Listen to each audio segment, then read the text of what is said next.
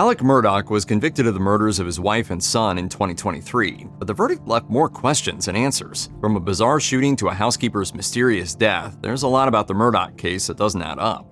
In 2019, 2 years before he was murdered by his father, Paul Murdaugh was involved in a deadly boating accident. The coast of South Carolina is popular with boaters, especially for people lucky enough to have a family island, as the Murdaughs did. In February 2019, Paul and a cohort of similarly underage friends decided to meet at Murdaugh Island and pregame before heading to a party on another nearby island via the Murdaugh family boat. After spending a few hours at the party, the group headed to the city of Beaufort to continue drinking on land, successfully being served in a bar. According to the other passengers, Paul was acting drunk and erratic, but as it was his family's boat, he still drove. We had all made it a point to say to him, you need to let Connor drive or you need to let Anthony drive, but he wouldn't listen to anybody.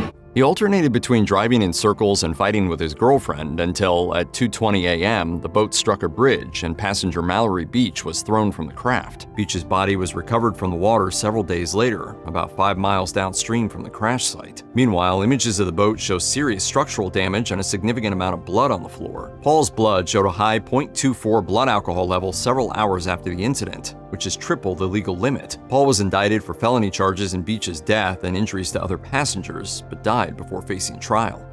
The story of the boat crash is fairly damning for Paul Murdaugh, but a lawsuit filed by survivor Connor Cook makes the rest of the family out to be complicit in Paul's wrongdoing. Per the court documents, Paul bought alcohol using his older brother Buster's ID and his mother's credit card, even though both knew he tended to drink to excess. After the boat crash, Alec may have tried to shift the blame from his son onto another passenger. At the hospital, Alec allegedly approached each survivor and told them to say they didn't know who had been driving the boat. Alec even hired an attorney for Cook, though that attorney turned out to be his old college buddy and Paul's godfather. The documents go on to allege that the Murdaughs tried to blame Cook himself for the crash, using their influence in a targeted rumor campaign to turn the community's focus on Cook instead of Paul. Cook had been told to be silent per this theory to avoid too many people hearing right away that Paul had been driving the boat. This really is a case of institutional evil manifesting itself. Cook withdrew the suits in 2024, leaving questions about the party's relative culpability formally unanswered. Alec and his wife Maggie had not been getting along at the time of the murders and were living apart, with Maggie holing up in the family beach house. So when her husband texted her to meet him at the family home in Islandton, about an hour from the beach house, Maggie didn't feel like going. She only agreed when Alec told her his father was dying and that this was her chance to say goodbye. Maggie countered with an offer to meet at the hospital, but no, Alec insisted she meet him at the Murdaugh home in Islandton so they could drive to the hospital together. Maggie vented in a text to a friend, calling Alex's behavior fishy, and granted, anyone who reads about the case quickly comes to feel that everything Alec does is fishy. But why was Maggie suspicious of him? And why did she go to the Islandton house against her better judgment? When she arrived, she left the car running, presumably expecting to leave again right away, but she never made it back to the car. Alec's scheme was even more sinister than she realized. Alec was an experienced prosecuting attorney who knew the South Carolina legal system inside and out. He knew, or should have known, what investigators would look for and at least some of the tools they could use to probe the murders and his involvement. However, even with his connections and experience, he was caught and convicted. And while that's good for the interests of justice and the safety of people who might pass into his orbit, it does raise the question of why the murders were so sloppy. Additionally, why was Murdaugh's defense so weak that the presiding judge went on the record to comment, "The evidence of guilt is overwhelming." Gun casings from the murders matched others found at the property, indicating that the murder weapon had been fired there before and was therefore likely a family gun. Murdaugh's voice appeared on a Snapchat video Paul took shortly before his death. Cell phone location data undercut his account of his movements. We can speculate that perhaps Alec wasn't thinking clearly due to his acknowledged opioid addiction, and perhaps the enormity of the crimes he planned. But until he sits for a tell-all interview, we won't know why an allegedly brilliant legal mind so badly bungled the highest stakes situation of his life. Murdaughs don't really get told no much.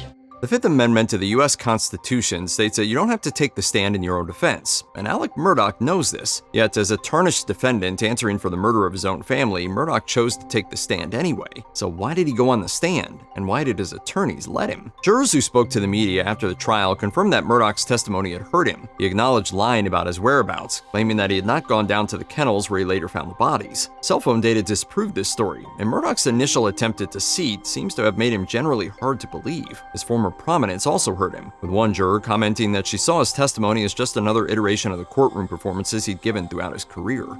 All families are different, but even with this caveat in place, it seems Alec came to his cousin with a big ask. Curtis Edward Smith was admittedly not just a distant cousin, but also a friend and former client. So Alec figured Smith was someone he could ask to shoot him in the head by the side of a rural road to fake his death in a botched carjacking. Roughly 3 months after Paul and Maggie's deaths, Alec's law firm had formally accused him of financial wrongdoing. Given that the jig seemed to be up, he wanted to die in a way that would allow his surviving son Buster to collect on a $10 million insurance policy. As suicide often voids insurance policies, Alec needed his death to be by someone else's hand, or at least appear to be. Smith was game, but the men with the stunt, leaving Alec shot in the head but still alive. Alec's tale of a carjacking fell apart under questioning. Smith maintained that while he had disposed of the gun, he had not shot Alec intentionally. The gun went off as he tried to wrest the weapon from Alec to prevent him from shooting himself. Both men would face charges in the incident, with Alec's insurance fraud count going in the big pile.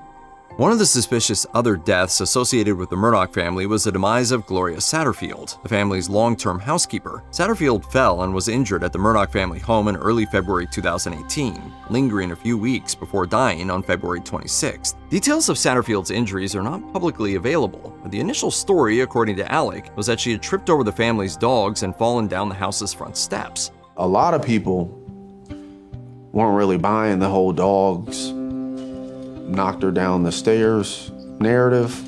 This later proved to be a lie, with a story concocted to get a bigger payout from the Murdaugh's insurance company. No autopsy was performed, and the coroner was apparently not notified of her allegedly accidental death on private property. However, her death certificate attributes her death to natural causes, not the accidental death Murdaugh described. Alec also attempted to swindle Satterfield's next of kin out of the settlement resulting from her death. He offered to look after her adult son's interests in discussions with the insurance company, but then never gave them any of the money he received. The Satterfield sons eventually reached a settlement with Corey Fleming, Murdaugh's friend and associate who had involved himself in the case, and ultimately received both the original payout and one from Fleming's firm's malpractice insurer.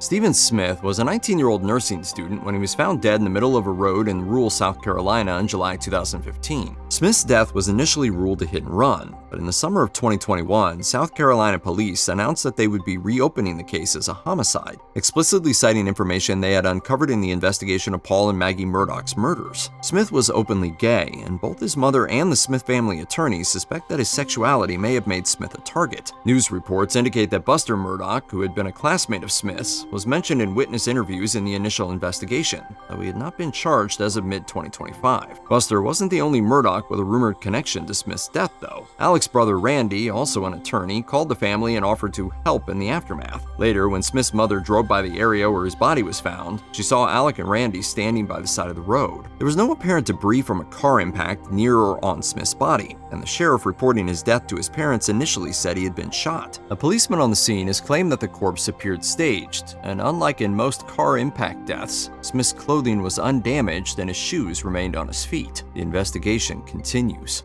The prosecution in any murder case is not technically obligated to prove a motive, but realistically, their job is made much easier if they can point to a clear reason for a killing. Though the prosecutors were ultimately successful in the Murdaugh case, Alec's reasons for killing his wife and son remain open to speculation. During the trial, the prosecution argued that Murdaugh's house of cards was on the verge of collapse. His law partner had confronted him about his financial misdeeds and the walls were closing in. If Murdaugh could distract from his impending troubles by becoming the bereaved survivor of a decimated family, maybe the other problems would simply go away. If nothing else, he might buy himself some time. It's not a great plan, but Alec was decidedly not a clever strategist at this point. The official version remains unsatisfying, but it's what watchers of this bizarre case have to go on.